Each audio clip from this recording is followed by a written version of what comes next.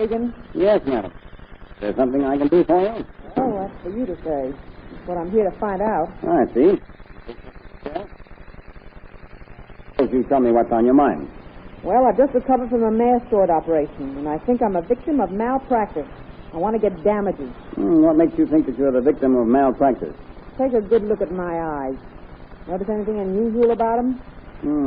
Yes. One pupil is somewhat dilated, slightly larger than the other. That's right, Mr. Hagen. So I think I ought to sue the surgeon for damages. Well, now, Miss Robinson. Glenda Robinson. Yes, well, Miss Robinson, that's an unfortunate but not unheard of sequelae, after effects of mastodectomy. Pretty hard to blame anyone for it. You mean I can't collect damages on it? Yes and no. Yes and no. Don't get you. As far as collecting damages from the surgeon, no. If you play ball with me, Miss Robinson, you've got a great career as an accident artist. Our radio play for this week, Accident Artist, is based on a story entitled Astonishing Revelations of a $125 million insurance racket, which will be found in next Sunday's issue of the American Weekly, the remarkable magazine which is read by more people than any other publication in the world. This vitally interesting and entertaining magazine is distributed each week with every Hearst Sunday newspaper. Mr. Hagen, to see you, Mr. Millay. I'll see him in a few moments, Miss Spears. Okay. Aaron Millay, claim adjuster for the Zenith Accident Insurance Company, turns from the annunciator and speaks to the quiet man sitting beside his desk. Speak of angels, George. Hagen must have heard us talking about him and come over. What's his purpose this time, Aaron? The usual thing, representing some claimants and trying to get us to settle out of court. I'll give you my word, George. I don't understand how Hagen can locate all these accidents involving our assured. Leave it to an ambulance chaser to dig up cases. Yeah. But from the promptness with which he appears just after the report has been turned in, you'd think he was psychic. Just seems to know when and where the next one's going to happen, eh, Aaron? Hey, that may be more truth than poetry, George. What do you mean? You've hit the hammer with the nail, as the fella says. This guy Hagen seems to know about the next accident almost before it happens. Aaron, you think that he... Maybe. I ain't saying nothing just yet. I got to talk to him first. But if he didn't come here this morning to try to make some settlement on the Burns case, he must be representing some claim. And if that's true... Then my suspicions will be more cemented, as the fella says. Oh, you mean concrete? Concrete is cemented. What's the difference, George? Anyhow, I'll tell you more after I've got rid of Mr. Hagen. Now, look, George. Suppose you go into that office in there, huh? Well, I'd sort of like to get a line on Lawyer Hagen. Sure. Why not? Why? But how can an investigator do any investigating on a subject if the subject is introduced to him? Well, you don't have to introduce me as an investigator. Just refer to me as Mr. Barr. Yeah. But he'd be suspicious of anyone he met in here in my office. No, George. The best thing is for you should go in there. All right. Just as you say, Aaron. Yes, Mr. Millay. Send Mr. Hagen in. Yes, sir. Come in, Hagen. Oh, good morning, Mr. Millay. Nice of you to see me so quickly. Not at all. The sooner I see you, the quicker I get rid of you. Always joking, aren't you? To what do I owe the honor of this visit, Mr. Hagen? It's an accident. Not bad? Not bad? If it's your joke, you mean? No. But I have yet to find an accident case of yours that isn't bad. Every woman client of yours has had her beauty disfigured for life, and every man has been cut down in his prime, causing his family to be without any means of support. Well, judging from the canceled checks that have come back to you, Millay, my clients have only been demanding their rights. Well, what is it this time? Still that Burns case? The Burns case? Oh, no, I'll give you a day or so longer to come to terms on that. No, Millay, your company insures the Ulster's chain of restaurants, I believe. Well? I've been retained by Mr. Selby Taylor to represent him in a suit for damages. Damages for what?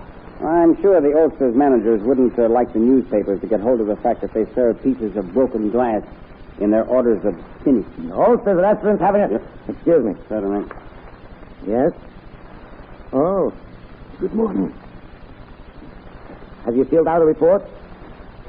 Okay. Just fill out the blanks and don't worry. We'll handle the whole matter. Yes. Goodbye. I suppose you were about to say that Oster's restaurants haven't ever served a customer with an order of spinach containing a broken glass. That remains to be seen, Hagen. You'll have to investigate this before I can take the matter up with you. All right, Malay. My client is willing to be fair about this. We'll give you a few days. But this stall isn't going to keep us from paying the damages. We'll see what we shall see. And believe me, you'll see plenty. My client has the pieces of glass and a number of eyewitnesses.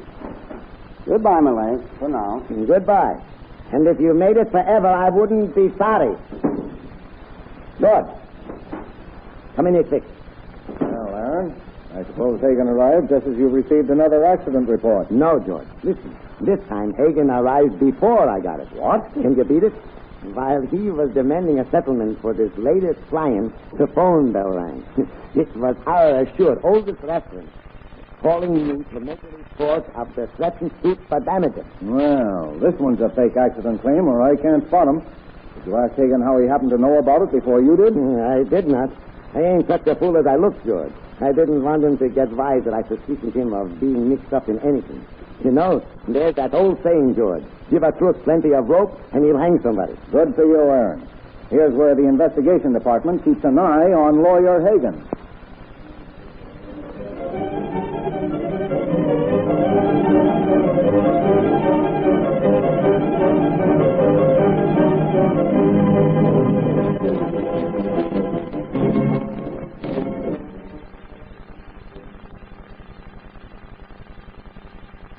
Well, Glenda, I guess you aren't sorry you came to me with your mastodectomy troubles, eh? I should say not. Because I have mine. It's proved a gold mine. Yeah, well, how about this trick wrist of mine? Well, we've all been able to pay our rent thanks to that, too, Flopper. But Glenda's deformed eye is more unusual than your ability to flop your wrist in and out of joints. What do you mean? Oh, no contortionist in the world can simulate the symptom of a fractured stone, which is the dilation of the pupil of the eye. Mr. Hagen's right, Flopper. And all I have to do is bite my lip till it bleeds and dab a little of it inside one of my ears. And every sawbone from Maine to California has fallen for the trick. Oh, yeah? I bet I've sold my wrist more times than you've peddled your eye. Here. Now, don't start anything, you two. You've got something big lined up just now. And you accident artists can't waste time quarreling. Glenda, you haven't run up against the Zenith Insurance Company yet, have you? Zenith? Hmm. No, Mr. Hagen, I haven't. How about you, Flopper? Me neither, Chief. Good. That makes this accident claim a cinch. How do you mean, Mr. Hagen? What's the setup, Chief? Well, here we are at my office. I'll tell you as soon as we get safely inside. Come on, let's hurry. Jerry and the doc are waiting for us in the office.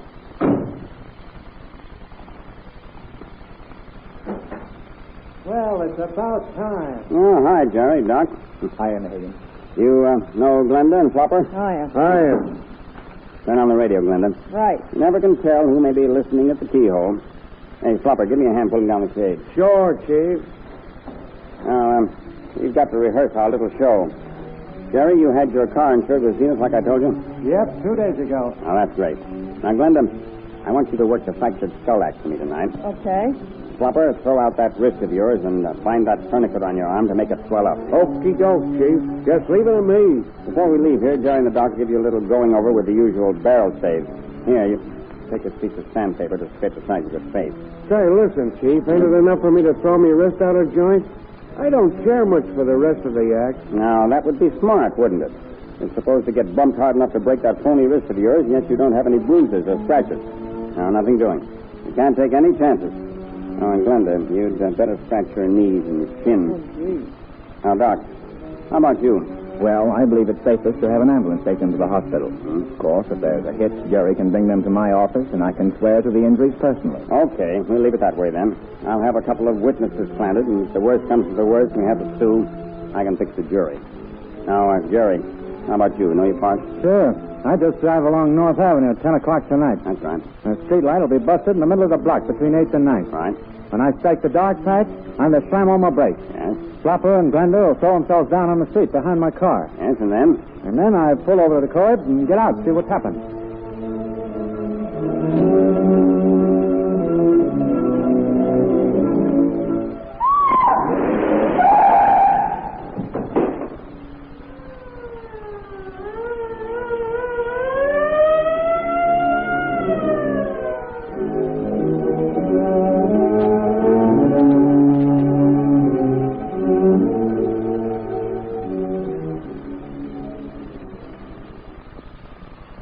Millay. What are you going to do for my client?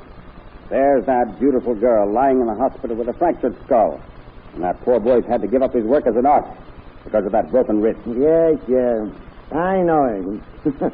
It's too bad for them. Too bad for them. Say, it's going to be too bad for your Zenith Insurance Company if you force me to take this case into court. No, I don't think you'll take it to court, Hagen. Oh, won't I? Say, I'll take it right up to the United States Supreme Court if you... Excuse me. Certainly. Mr. Bard, is it you, Mr. Millay? Good. I've been waiting for him. Send him in, please. Yes, sir. No, Mr. Hagen. I don't think you'll take this case anywhere. Now, what do you mean by that? Hello, George. Mr. Hagen, meet Mr. Barr of the investigation department. It's on Mr. Barr's report that I say you won't be taking this case anywhere. He says the whole accident is a fake. Well, you'll have to prove that, Barr. All right, if you insist. You can't bluff me. I certainly do insist. When you don't prove your accusation, I'll sue you personally for libel. Hagen, on the afternoon of the accident, hours before it happened, you were seen going into your office with the two victims. I suppose it's grand larceny to be seen with clients. You rehearsed the whole show, just as the accident occurred that night. It'll take more than accusations and theories to prove that. All right, here's the proof. Oh, Aaron, put this plug in that socket, will you? Sure, George. What's this contraption? An electric phonograph? Yeah, something like that. It's a turntable and loudspeaker. It plays records. Ever heard your own voice, Hagen? No, of course not. Well, you're going to now. What do you mean? Listen. Well, it's about time. Hi, Jerry. Doc. Hello, Hagen. You know Glenda and Flopper? Turn on the radio, Glenda. Right. You never can tell who may be listening at the keyhole. Flopper, give me a hand pulling down the shade. Sure, Steve. Say, what kind of a trick is this? Pretty smart one, I'd say. We had a microphone planted in your office, Hagen. Quiet. Listen. We got to rehearse our little show now, Jerry. You had your car insured with Zenith, like I told you? Yes, 2 days ago. That's great. Now, Glenda, I want you to work the fractured skull act for me tonight. Okay. Flopper, throw out that wrist of it. Here. Why did you knock that over for, Hagen? To smash your only evidence. Now, where's your case? You've only succeeded in smashing a copy of the evidence. A copy. Sure. We've got the original master record safe under lock and key. Well, boys, what's your next move? Our next move is to have you sent away with your pals, Hagen. The police are waiting for you just outside that door. Yes. It's too bad you devoted your talents to being an accident artist, Hagen. Yeah? Yes. You should have been a radio artist. Your voice records something wonderful.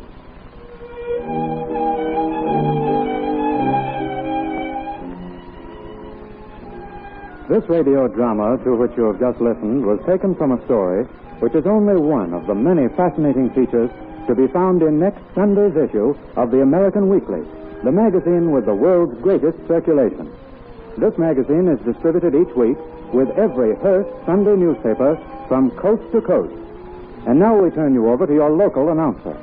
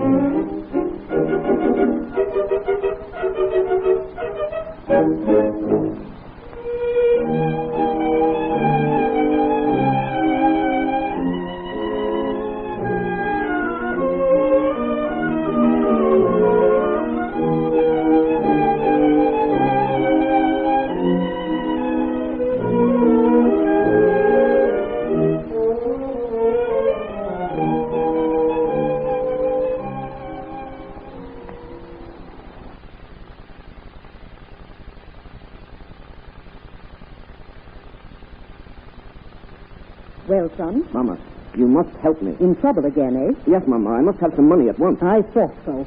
Where have the last 1,000 francs gone? Now, Mama, I want some money, not a lecture. No, you never did want what was good for you, Andre. I was a fool to humor you when you were a baby. I see now that I spoiled you. Mama, please. Yes, that's your old trick. Mama, please. And fool that I was, I'd relent and give you your way. Mama, please stop talking and give me the money. Money. What do you do with it all? Well, a fellow can't make a hit with the girls unless he spends a little money and shows them a good time. Well, I'll help you out of trouble this time, Andre. Mama,